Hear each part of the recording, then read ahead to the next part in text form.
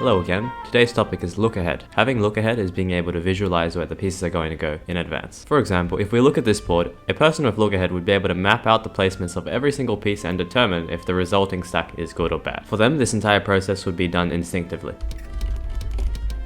So on this board, I'm going to try to visualize how I can place my current piece and the two pieces coming up in my queue. If you want to try this for yourself, go ahead and pause the video.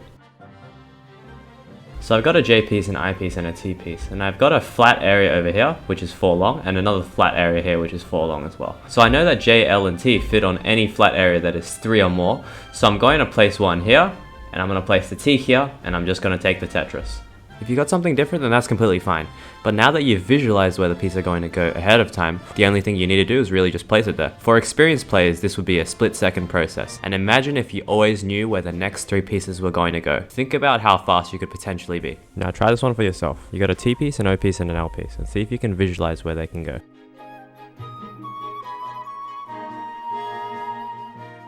So here I've got a T, O, and an L piece in my queue. Firstly, I see that there's a T-shaped hole over here. And then after that, I have a 2-block space here that I can put my O piece on. And then thirdly, since this is a 3 long flat area over here, I can place my L piece here. So that's what I'm gonna do.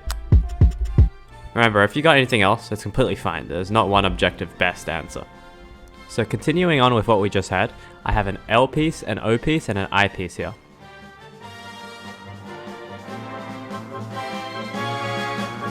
So with this first piece, I know that it needs to go on a flat area that's 3 blocks long, so that's right here. This O piece goes on a flat area that's 2 long, so that's either here or here. This one's probably a little bit better because it fills in the holes of our stack. And then finally I got an I piece, which I know that it needs to either go on a 4 long flat area or an I dependency, and there is one right here. Since this is 3 tall, this is where the I pieces go, so that's what I'm gonna do. So continuing from where we left off, I'm gonna actually add one more piece to the queue and see if you can do it.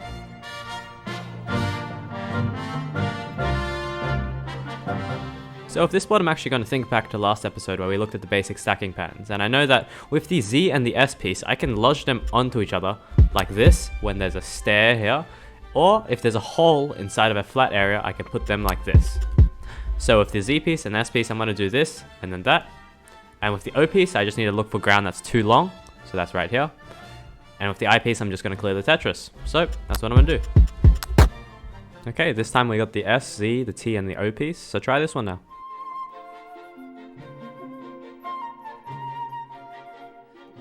So with this one we get an S and a Z piece right off the bat, and we can actually do this pattern that we looked at last time, or we can also just look at the other thing that I mentioned, which is that S and Z pieces fit really well in these 2-block spaces.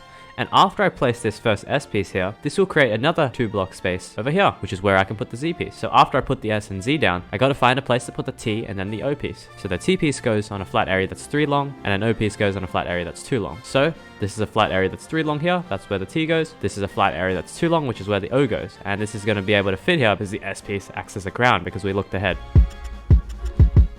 So for this one, I'm actually going to go back to only 2 previews, but I'm going to add a rule to it. Every single piece must be connected to each other. So your solution might be something like this.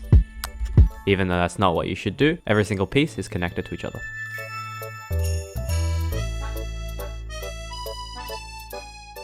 So if this one in a best case scenario, we'd probably just want to hold the I piece because there isn't really anywhere we can put it, right? Because we can't clear the Tetris, there's no I dependency, so we probably should hold. But since we have to place it somewhere, let's think back to the stacking episode. If you have a million different options to place one singular piece, you should always try to place it away from the middle. So that means not here, not here. You want to either place it here or here. So let's place it here because it is the lowest part of our stack.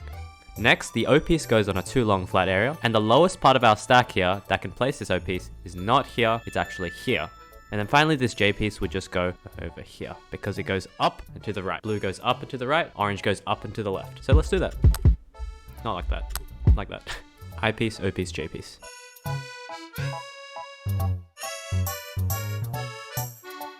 So to start off, this I piece needs to go on a 4 long flat area, and that's right here.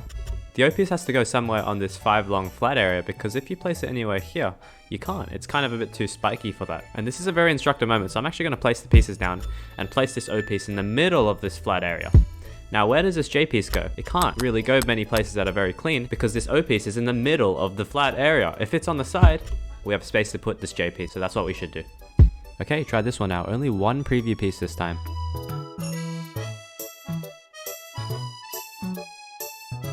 Now this one might seem a lot easier because there's only 2 pieces you have to place, however it's deceptively tricky. If we place this T piece into this T-shaped hole, this piece doesn't really go anywhere. Can't really place it anywhere because it has to connect with the T piece. So let's imagine that we only have to place this S piece and not the T piece.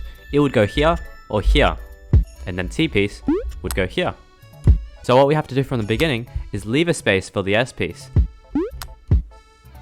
So from here, where do you go next? You might think it would be a good idea to practice thinking ahead with all those 5 previews, and it would help out, but that's probably not the best use of your time. Most of the time, players will only use 2 to 3 preview pieces to visualize ahead because they play so fast that it's hard to react and make decisions with every single one of those preview pieces. What 5 preview pieces allows you to do is give you time to play and react to 2 or 3 preview pieces. The best way to practice is to just do 40-line sprints, play slow, and after every few pieces, stop and incorporate look ahead. And by doing this, you should always be able to accommodate for the following pieces. The more you look ahead, the faster you'll be at looking ahead, and the slower the pause you'll have to make every single time you look ahead. And soon, you'll be able to look ahead without pausing in no time. Just kidding, probably not. But good luck and see you in the next one.